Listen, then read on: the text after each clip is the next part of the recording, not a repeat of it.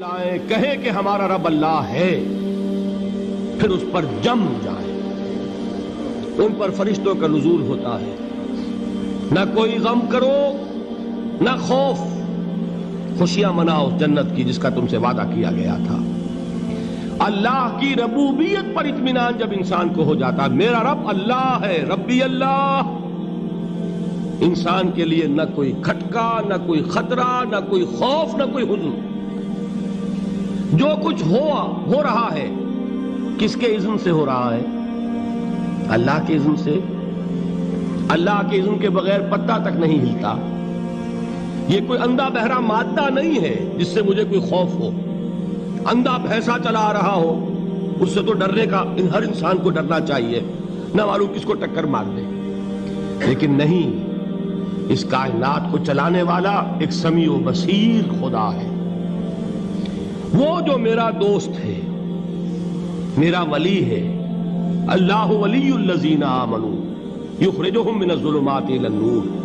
اللہ اہل ایمان کا ولی ہے، ساتھی ہے، پشت پناہ ہے، مددگار ہے، حمایتی ہے۔ بتائیے جسے یقین ہو جائے کہ اللہ میرا مددگار، اللہ میرا محافظ، اللہ میرا پشت پناہ، اللہ میرا حمایتی، اس کے لیے کوئی خوف ہوگا؟ اس سے کوئی ڈر ہوگا؟ میں مثال دیا کرتا ہوں ایک بہت سادہ، پنجاب کے دیہات کی۔ تو بڑا چودھری ہے اور کوئی غریب کسان ہے۔ اس غریب کسان کے جانوروں کو ہر وقت اندیشہ ہوگا چوری کا، کوئی میری بھینس کھول کر نہ لے جائے، کوئی میرا بیل کھول کر نہ لے جائے۔ لیکن جس کے بارے میں یہ سب کو معلوم ہو کہ وہ جو بڑا چودھری ہے وہ اس کا دوست ہے، اس کی بچیا کو کوئی خوف ہوگا؟ اس کی بھینس پر کوئی ہاتھ ڈالے گا؟ اسے کوئی اندیشہ ہوگا؟ نہیں۔ کیوں؟ کہ وہ بڑا چودھری، بڑا اس کا یہاں کا سردار، جاگیردار، سب کو معلوم ہے وہ میرا دوست ہے، کوئی میرے خلاف اقدام نہیں کر سکتا۔ اس دنیا میں یہ چھوٹی سی بات اگر آپ کے دلی اطمینان اور سکون کا باعث بن سکتی ہے تو ذرا تصور کیجئے۔ میں لفظ تصور استعمال کروں گا صرف اس لیے کہ اس کا ہم جس کو کہتے ہیں ادراک اور شعور کر نہیں سکتے، اگر کے ساتھ کر سکتے۔ اگر یقین ہو کہ اللہ میرا مددگار اور یقین ہو کہ اللہ ہر آن میرے ساتھ ہے، پھر کوئی خوف؟ کس کا خوف؟ کوئی شے اللہ سے بالاتر ہے؟ کوئی قوت اس سے زیادہ طاقتور ہے؟ کوئی اس کے ارادے کو بدلنے والا ہے؟ کوئی اس کی مشیت کے آڑے آنے والا ہے؟ یہی بات ہے جو حضور نے فرمائی۔ یہ ایمان کا حاصل ہے لب لباب،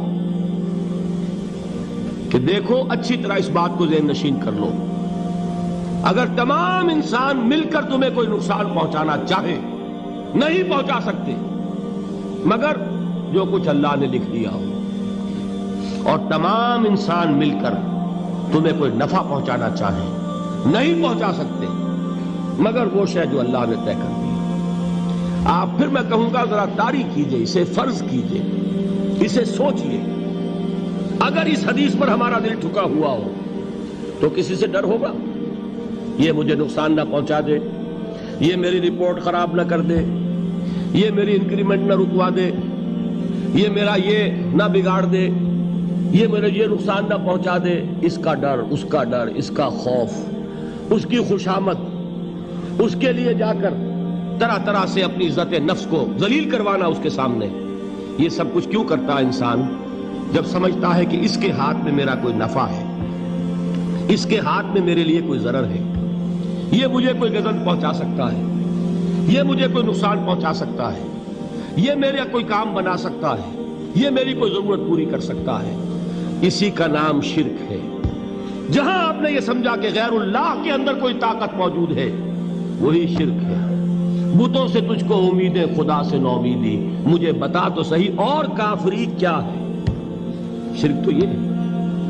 جس پر بھی تمہیں یہ خیال ہے، کلمہ ہے یہ کلمہ سوم، لا حول ولا قوت الا باللہ، ذرا اس پر دل کو کبھی اگر آپ تصور کریں، پھر فرض کریں، دل ٹھک جائے اس پر، کوئی طاقت نہیں۔ یہی بات تھی جو شیخ عبد القادر جیلانی رحمۃ اللہ علیہ نے اپنی وصیت میں اپنے بچے سے کہی. 11ویں دینے والے ہیں، لیکن حضرت شیخ عبد القادر جیلانی کی وصیت اور تعلیمات کو کتنے لوگ ہیں تو جانتے ہو؟ یہ جن مقامات تک پہنچے ہیں وہ کس چیز کی بدولت پہنچے ہیں؟ انہوں نے جو پیغام دیا وہ کیا تھا؟ اے میرے بچے، جس طریقے سے قرآن مجید میں حضرت لقمان کی نصیحتیں جو ہے نقل کر دی گئی ہیں، میں یہ عرض کروں گا بالفرض اگر قرآن حضرت عبد القادر جیلانی کے بعد نازل ہوا ہوتا تو شیخ عبد القادر کی یہ نصیحتیں بھی قرآن میں درج ہوتی. اتنی اونچی نصیحتیں ہیں. اے میرے بچے، اس حقیقت کو ذہن نشین کر لے، لا فاعل فی الحقیقت ولا مؤثر الا اللہ. اس کائنات میں نہ کوئی فاعل حقیقی ہے نہ مؤثر حقیقی ہے سوائے اللہ. کسی شے میں کوئی تاثیر نہیں اگر اللہ نہ چاہے. آگ جلا نہیں سکتی اگر اللہ نہ چاہے. پانی ڈبو نہیں سکتا اگر اللہ نہ چاہے. زہر ہلاک نہیں کر سکتا اگر اللہ نہ چاہے. کوئی چیز فائدہ نہیں پہنچا سکتی اگر اللہ نہ چاہے. تو در در پہ کیوں سر جھکاتے ہو؟ در در پر کیوں جبیں سائی کرتے ہو؟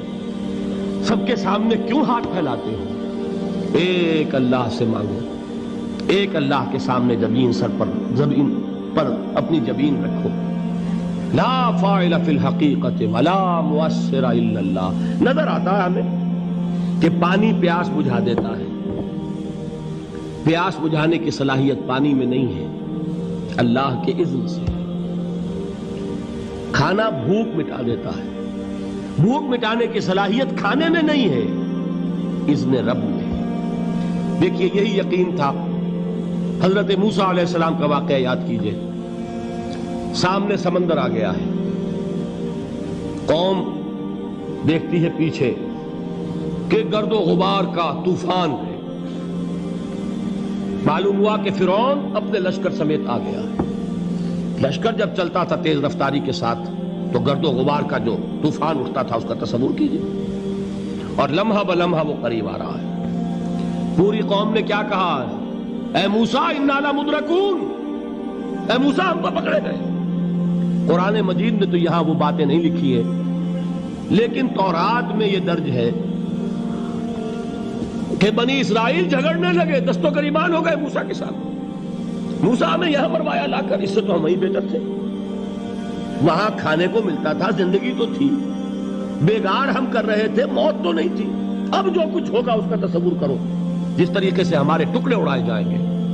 تو لڑ رہے ہیں حضرت موسیٰ علیہ السلام سے. یہ تورات کی تفصیل ہے.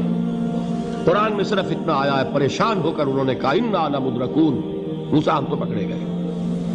اس وقت موسیٰ کا جواب کیا ہے؟ کلا ان معی ربی سیہدین. نہیں، میرے ساتھ میرا رب ہے، وہ راستہ دے گا.